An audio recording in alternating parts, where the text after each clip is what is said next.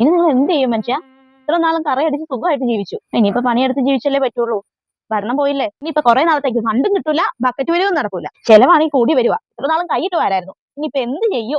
നീ ഒന്ന് മിണ്ടാണ്ടിരുന്നേടി, ചാവത്തി കൂട്ടല്ലേ, അതിനൊക്കെ വഴിയുണ്ട്.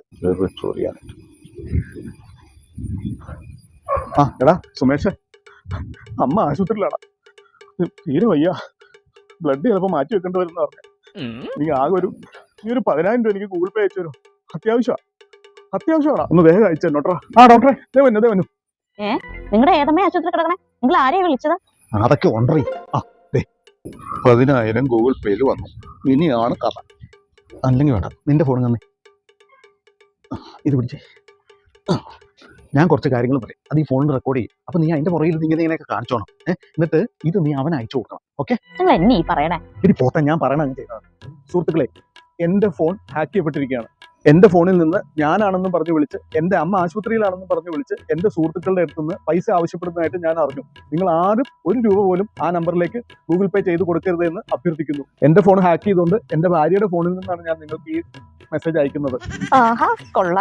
എടി, ഇത് ആ കൂട്ടുകാരന് മാത്രമേ അയച്ചു കൊടുക്കാവുള്ളൂ. അതും ഒരു തവണ കാണാൻ പറ്റുന്ന രീതിയിൽ മാത്രം. ഇല്ലേ അവൻ കുറെ പേർക്ക് ഫോർവേഡ് ചെയ്യും. എന്റെ ഫോണിൽ 10,000 കൊണ്ട് 3 ദിവസം ഓടിക്കാൻ പറ്റുമല്ലോ. അത് കഴിയുമ്പോൾ അടുത്തവനെ വിളിക്കാം. പണിയെടുത്ത് ജീവിക്കാനൊന്നും പറ്റില്ല, പറയടിച്ച് ജീവിച്ച് ശീലമായി പോയി.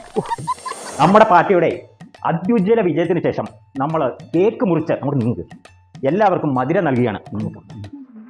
അപ്പം കേക്ക് മുറിച്ച് വെച്ചിട്ടുണ്ട്. അപ്പം നമ്മൾ മധുരം നൽകാൻ പോവുകയാണ്. ഇങ്ങോട്ട് നീ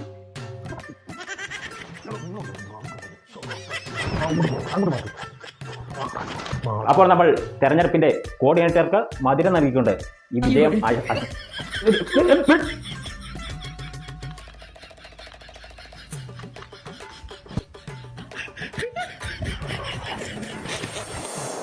എന്നാലും ഈ 3 സീറ്റ് എങ്ങനെ കിട്ടി?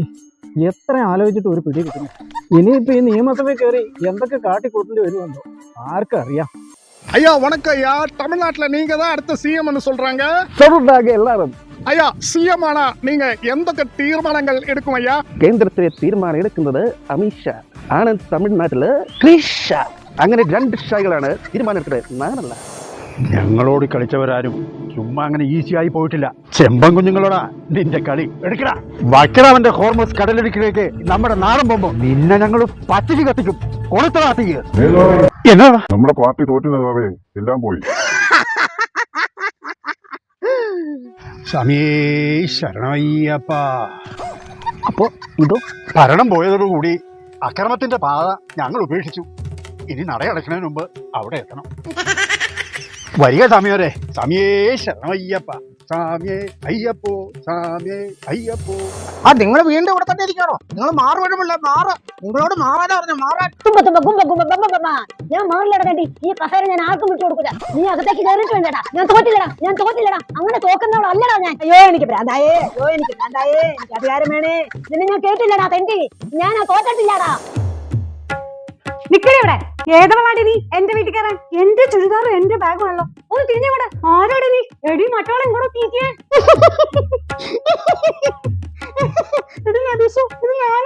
എന്റെ സുബേരക്ക, നിങ്ങൾക്ക് എന്താണ് പിരാന്തോ? നിങ്ങൾ എന്തിനാണ് എന്റെ ചുരിദാർ, എന്റെ ഷോൾ, എന്റെ ബാഗും ഒക്കെ എടുത്തിട്ടേ? എനിക്കൊന്ന് തിരുവനന്തപുരം വരെ പോകണോടി. ഇനി മുതൽ KSRTC ബസ്സിൽ സ്ത്രീകൾക്ക് സൗജന്യ യാത്രയല്ലേ. തിരുവനന്തപുരത്ത് നിന്ന് പോകണം, പിന്നെ എറണാകുളത്ത് വരണം, പിന്നെ അവിടുന്ന് കാസർഗോഡ് പോകണം. അപ്പൊ ഞാൻ പോട്ടെ, ഞാൻ ബീസു.